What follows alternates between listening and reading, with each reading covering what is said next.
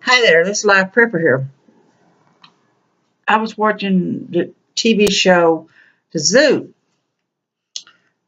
Now, what if that really happened? I mean, just think about it.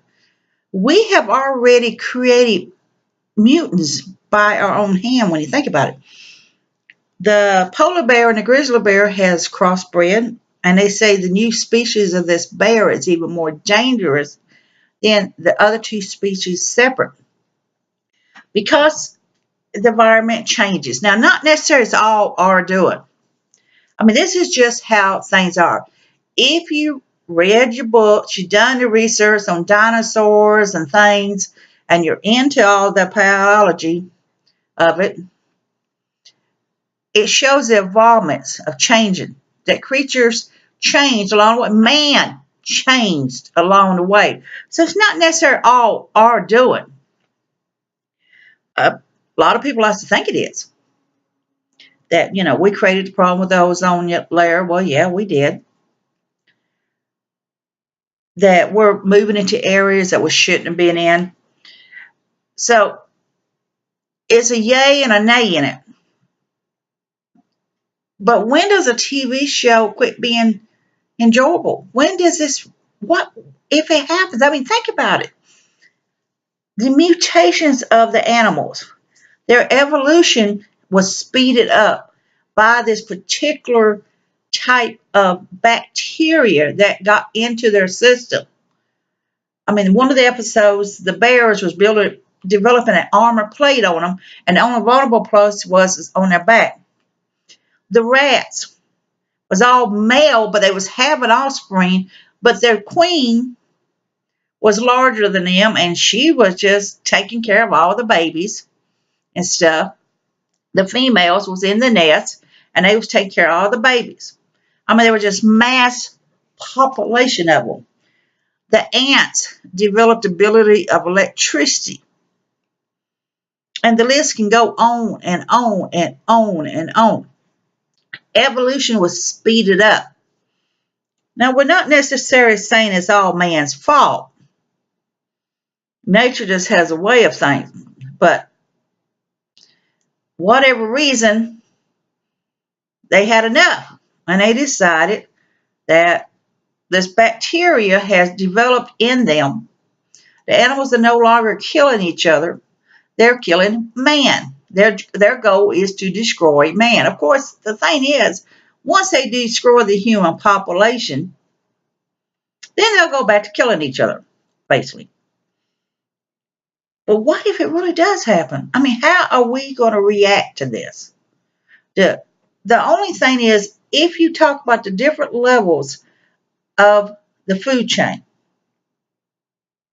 the different levels of them, from, wolves and canines to the cat family, to this family, to that family, to that family. We really rate very low on that level. We really do. The only thing that separates us is we are thinkers. We are developed. We get outside of our zone, basically. We're not sitting there following this basic routine, this basic DNA instinct that's developed in us.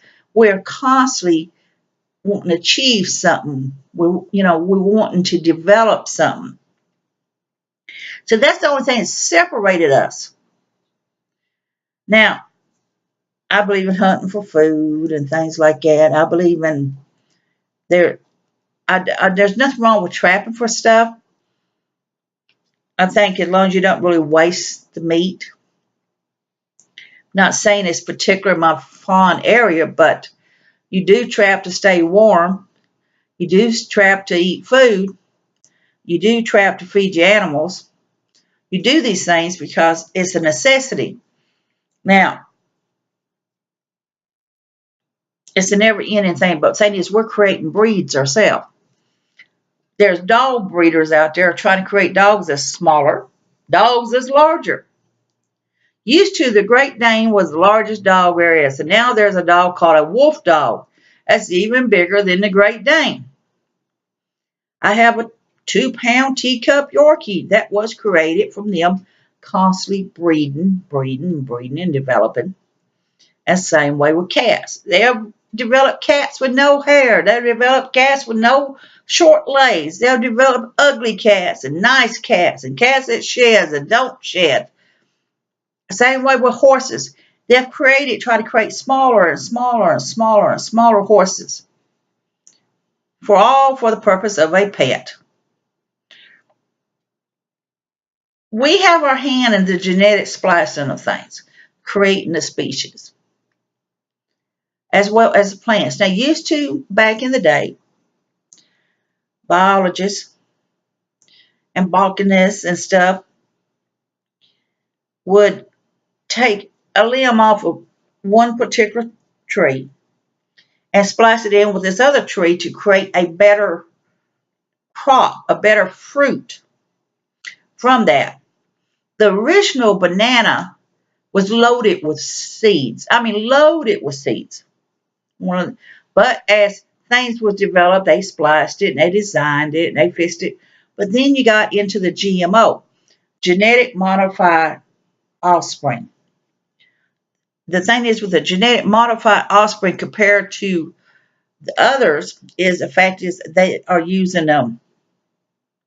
They're under the microscope with these little things and insert these little things that make them more resistant to bugs and making them more resistant to this and more resistant to that.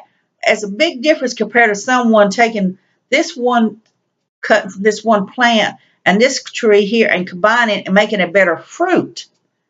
There's a big difference on that compared to genetically modifying plants to chemicals and all this stuff to make them more resistant to insects and things like that. Big difference. But evolution has a way of defending itself.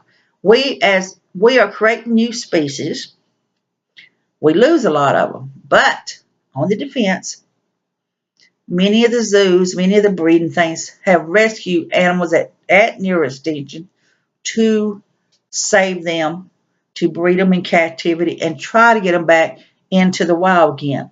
But all fine and dandy.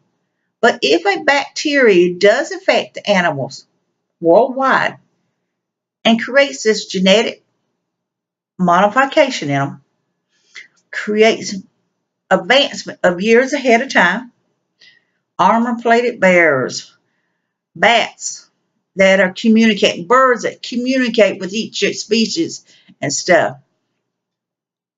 What are we going to do? We are really at the bottom of the food chain. The only thing that separates us because we tend to think, we tend to reason, and tend to try to figure out things. But what if it does come real? What are we going to do in that situation? There's a lot of critters out there, and there's a lot of insects out there.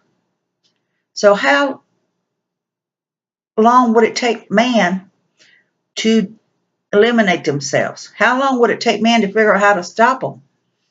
I hate seeing them just totally kill all the animals off. And one of the episodes they're talking about releasing this type of gas or something else, it will kill the animals. And then they're going to put all this non-tainted DNA they have already on hand and reintroduce the animals back into society within 10 to 15 years. But what people don't know is this here will also kill several million people in the process. So it's a hang if you do and a hang if you don't. So what will we do in a situation like that? You tell me. Because I sure ain't certain. This is Live Prepper here. I want you to be safe, be happy. Bless you all.